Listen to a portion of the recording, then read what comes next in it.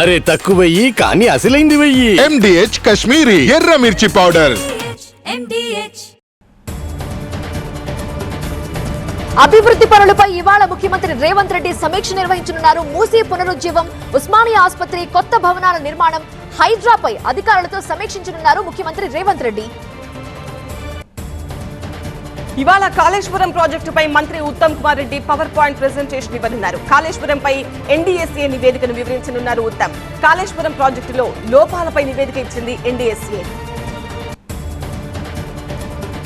ఇవాళ తెలంగాణ బీజేపీ కీలక సమావేశం నిర్వహించనుంది. బీజేపీ రాష్ట్ర అధ్యక్షుడు కేంద్ర మంత్రి కిషన్ రెడ్డి అధ్యక్షతన బీజేపీ పదాధికారుల సమావేశం జరగనుంది. ముఖ్య అతిథిగా హాజరు కానున్న బీజేపీ నేత సునీల్ బన్సల్ సంస్థాగత ఎన్నికలు, భవిష్యత్ కార్యాచరణపై సమావేశంలో చర్చించనున్నారు.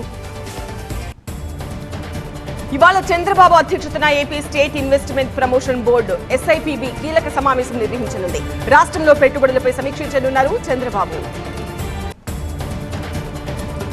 పహల్గామ్ ఉగ్ర దాడి అమరులకు ఇవాళ జనసేన పార్టీ నివాళి కార్యక్రమం నిర్వహించబోతోంది. డిప్యూటీ సీఎం పవన్ కళ్యాణ్ ఈ కార్యక్రమంలో పాల్గొంటున్నారు. మంగళగిరి CK కన్వెన్షన్ లో ఉదయం 10 గంటలకు కార్యక్రమం జరుగుతుంది. ఏపీ రాజ్యసభ ఎన్నిక నామినేషన్లకు గడువు నేటితో ముగియనుంది. నామినేషన్ల దాఖలకు మధ్యాహ్నం 3 గంటల వరకు గడువు ముగుస్తుంది. విజయసాయిరెడ్డి రాజీనామాతో ఏపీ రాజ్యసభ స్థానం ఖాళీ అయింది. మరోవైపు ఏపీ రాజ్యసభ అభ్యర్థి ఖరారయ్యారు. బీజేపీ నేత పాక వెంకట సత్యనారాయణ పేరును అధికారికంగా వెల్లడించింది బీజేపీ నాయకత్వం. భీమవరం నుంచి గతంలో మున్సిపల్ చైర్మన్ గా పనిచేసిన ఆయన పార్టీ క్రమశిక్షణా సంఘం చైర్మన్ గా కూడా పనిచేశారు. ఇవాళ వైసీపీ జిల్లా అధ్యక్షతలతో భేటీ కాబోతున్నారు మాజీ ముఖ్యమంత్రి వైఎస్ జగన్. తాజా రాజకీయ పరిణామాలు, కేసులపై చర్చించబోతున్నారు. పార్టీ నాయకులకు దిశానిర్దేశం చేస్తారు వైఎస్ జగన్. ఇవాళ నుంచి తెలంగాణ EAPC సెట్ పరీక్షలు జరగనున్నాయి. ఉదయం 9 గంటలకు పరీక్ష ప్రారంభం కానుంది. నిమిషం ఆలస్యమైన విద్యార్థులను పరీక్షకు నో ఎంట్రీ నిబంధన అమల్లో ఉంది. TGPSC పిటిషన్ పై నేడు తెలంగాణ హైకోర్టులో విచారణ జరగబోతోంది. గ్రూప్ 1 పై సింగిల్ బెంచ్ మధ్యంతర ఉత్తర్వులను సవాల్ చేస్తూ హైకోర్టులో TGPSC పిటిషన్ దాఖలు చేసింది. TGPSC పిటిషన్ పై ఇవాళ విచారించబోతోంది CJ ధర్మాసనం. నటి జత్వానీ కేసులో ఇవాళ కూడా PSR ఆంజనేయులను విచారించనున్నారు. ఇవాళ్టితో పోలీసుల కస్టడీ ముగుస్తుంది. కస్టడీ పిటిషన్లపై CID, ACB కోర్టులో విచారణ జరగనుంది. DSE అభ్యర్థులకు విద్యాశాఖ మంత్రి నారా లోకేష్ పలు సూచనలు చేశారు. DSE ఆన్లైన్ అప్లికేషన్ లో పార్ట్ 2 లో సర్టిఫికేట్ అప్లోడ్ చేయడం ఇప్పుడు ఐచ్ఛికం అన్నారు. సర్టిఫికేట్ వెరిఫికేషన్ సమయంలో ఒరిజినల్స్ చూపించాల్సి ఉంటుందని తెలిపారు. DSE అర్హతకు సంబంధించి గ్రాడ్యుయేషన్, పోస్ట్ గ్రాడ్యుయేషన్ మార్కుల ప్రమాణాలను టెట్ ప్రమాణాలతో అనుకూలంగా పరిగణలోకి తీసుకుంటారని చెప్పారు. మీ పట్టుదల, పరిశీలన మీ విజయానికి మార్గం వేస్తాయంటూ DSE అభ్యర్థులకు ఆల్ ది బెస్ట్ చెప్పారు మంత్రి లోకేష్. జిమ్ లో వర్కౌట్స్ చేస్తుండగా గాయపడ్డారు KTR. నడుముకు చిన్న గాయమైనట్టు KTR ట్వీట్ చేశారు. వైద్యుల సూచనతో కొన్ని రోజులు విశ్రాంతి తీసుకుంటానన్నారు. త్వరలో కోలుకుని ప్రజల ముందుకు వస్తానన్నారు. KTR త్వరగా కోలుకోవాలని AP deputy CM Pawan Kalyan tweet చేశారు. జిమ్ లో KTR కు గాయమందని తెలిసి బాధపడ్డానన్నారు నారా లోకేష్. KTR త్వరగా కోలుకోవాలని ఆకాంక్షించారు. మే 2న ప్రధానమంత్రి నరేంద్ర మోదీ పర్యటనపై చీఫ్ సెక్రటరీ విజయానంద్ సమీక్ష నిర్వహించారు. మధ్యాహ్నం 1:30లోగా సభావేదిక వద్దకి ప్రజలంతా చేరుకునే విధంగా చర్యలు తీసుకోవాలని సూచించారు. సురక్షితంగా తీసుకొచ్చి తిరిగి గమ్యస్థానాలకు చేర్చే వరకు తగు జాగ్రత్తలు తీసుకోవాలని ఆదేశించారు. ఇక వేసవి దృష్ట్యా సభకి వచ్చే వారందరికీ తగిన ఆహారం, తాగునీరు వంటి సౌకర్యాలు పూర్తి స్థాయిలో అందుబాటులో ఉంచాలని సూచించారు. ఇక మిగతా విషయాలకు వస్తే పార్కింగ్, ట్రాఫిక్ జామ్ కాకుండా ముందుగానే తగిన ప్రణాళికలు చేసుకోవాలని అధికారులకు CS ఆదేశాలిచ్చారు. ఢిల్లీ రాష్ట్రపతి భవన్ లో పద్మ అవార్డుల ప్రదానోత్సవం కన్నుల పండుగగా జరిగింది. రాష్ట్రపతి చేతుల మీదుగా పద్మ అవార్డులను ప్రదానం చేశారు. ఈ కార్యక్రమానికి ప్రధాని మోదీ, అమిత్ షా, పలువురు ముఖ్య నేతలు హాజరయ్యారు. నటుడు బాలకృష్ణ పద్మ విభూషణ్ అవార్డును స్వీకరించారు. సినీ పరిశ్రమలో విశేష సేవలకు గాను పద్మభూషణ్ అవార్డును అందుకున్నారు బాలకృష్ణ. తెలుగుదనం ఉట్టుపడేలా పంచకట్టులో పద్మ అవార్డుల ప్రదానోత్సవానికి హాజరయ్యారు బాలకృష్ణ.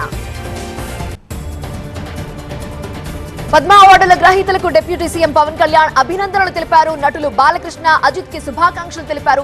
చలనచిత్ర పరిశ్రమలో బాలకృష్ణకి ప్రత్యేక స్థానం ఉందన్నారు పవన్. ప్రజా కళా సేవలో మరిన్ని మైలురాళ్లు చేరుకోవాలని ఆకాంక్షించారు. అలానే అన్ని వర్గాల ప్రేక్షకులను అజిత్ మెప్పించారని, నటుడిగా, రేసర్ గా మరిన్ని విజయాలు అందుకోవాలని పవన్ తెలిపారు. పద్మభూషణ్ అందుకున్న బాలకృష్ణకు అభినందనలు తెలిపారు మంత్రి అనగాని సత్యప్రసాద్. 5 దశాబ్దాల పాటు కళామ తల్లికి చేసిన సేవకు గుర్తింపు అన్నారు. రాష్ట్రపతి ద్రౌపది ముర్ము చేతుల మీదుగా పద్మభూషణ్ అవార్డును అందుకున్న హిందూపురం ఎమ్మెల్యే బాలకృష్ణకు హృదయపూర్వక శుభాకాంక్షలు అంటూ మంత్రి ట్వీట్ చేశారు. ధరణి పేరుతో గత ప్రభుత్వం బడాబాబులకు రైతు బంధు అందే విధంగా చూసిందని రెవెన్యూ మంత్రి పొంగులేటి శ్రీనివాసరెడ్డి అన్నారు. గత ప్రభుత్వం చేసిన చట్టాలన్నీ రైతులకు గుదిబండలుగా మారాయని ఆగ్రహం వ్యక్తం చేశారు. కేంద్రం ప్రవేశపెట్టిన భూదార్ కార్డులను భూభారతితో అనుసంధానం చేయాలని మెదక్ ఎంపీ రఘునందన్ రావు సూచించారు. గ్రామాల్లో ఆస్తికారు సౌమిత్ర కూడా జతపరచాలని కోరారు.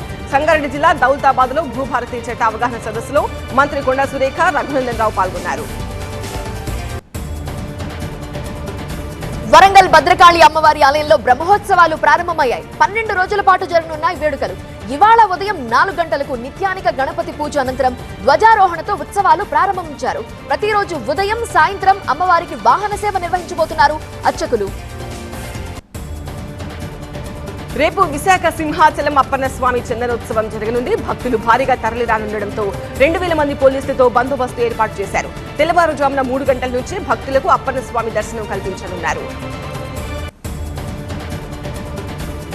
మేడ్చల్ పోలీస్ స్టేషన్ పరిధిలో అగ్ని ప్రమాదం జరిగింది. కేకేసీ ఎలక్ట్రికల్స్ అనే ఫ్యాన్ల తయారీ పరిశ్రమలో మంటలు ఒక్కసారిగా చెలరేగాయి. స్థానికులు సమాచారం ఇవ్వడంతో అక్కడికి చేరుకున్న పోలీసులు మంటల్ని అదుపు చేసేందుకు ప్రయత్నిస్తున్నారు. భారీగా మంటలు వ్యాపించడంతో చుట్టుపక్కల పొగలు అలుముకున్నాయి. పెద్దపల్లి జిల్లా సుల్తానాబాద్ ప్రభుత్వ జూనియర్ కళాశాల 1982-83 10th క్లాస్ బ్యాచ్ పూర్వ విద్యార్థుల సమ్మేళనం నర్సయ్యపల్లిలో ఘనంగా నిర్వహించారు.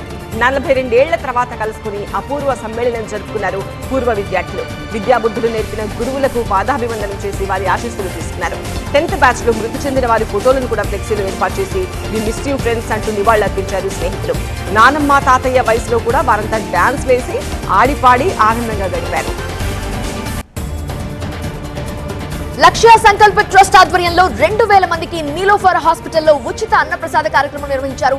ఎన్నో సంవత్సరాలుగా సమాజానికి సేవలు అందిస్తున్న లక్ష్య సంకల్ప ట్రస్ట్ నిర్వాహకులు రాజశేఖర్ రెడ్డి సాధనల ఆధ్వర్యంలో ఈ కార్యక్రమం జరిగింది. తెలంగాణ రైతు కమిషన్ చైర్మన్ కోదండరెడ్డి హాజరై పేదలకు అన్నం వడ్డించారు.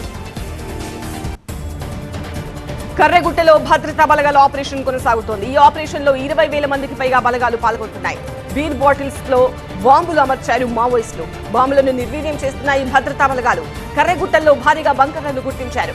భద్రతా బలగాలకు సవాల్గా మారాయి ఎండలు. ఎండ వేడికి సొమ్మసిల్లి పడిపోతున్నారు జవాన్లు. ప్రభుత్వం శాంతి చర్చలు జరపాలని మావోయిస్టులు లేఖ విడుదల చేశారు. కాల్పుల విరమణ ప్రకటించాలని మావోయిస్టు కేంద్ర కమిటీ కోరింది. షరతులు లేకుండా చర్చలు జరపాలని మావోయిస్టు అధికార ప్రతినిధి అభయ్ పేరుతో ఒక లేఖ విడుదల చేశారు. ఏపీలో పలు జిల్లాలకు వర్ష సూచన చేసింది వాతావరణ శాఖ. ఇవాళ 8 జిల్లాల్లో వర్షాలు కురిసే అవకాశం ఉందని తెలిపింది.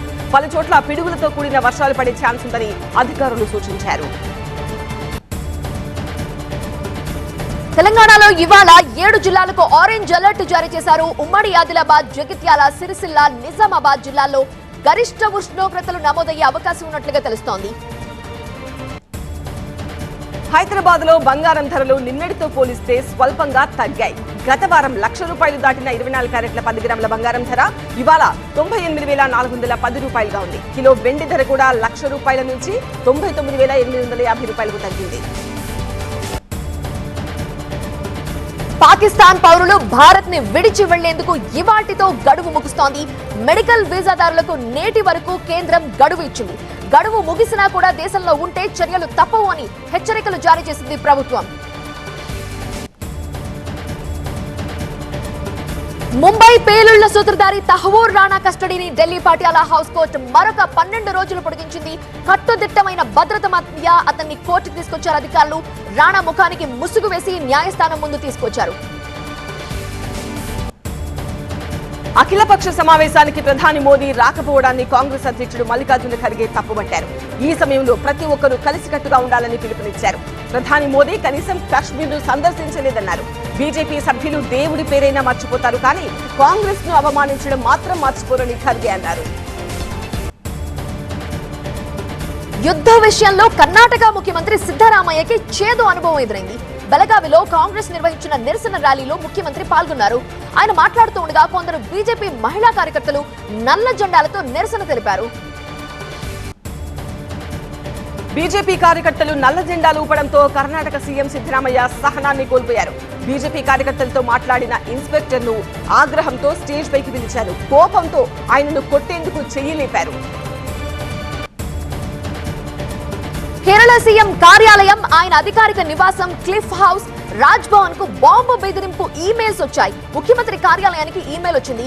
డ్రగ్స్ మాఫియాకి వ్యతిరేకంగా చేపట్టిన ప్రచారాన్ని ఆపివేయాలి, లేకపోతే మధ్యాహ్నం 2ంటికి పేల్చేస్తామంటూ ఆ ఈమెయిల్లో ఉంది.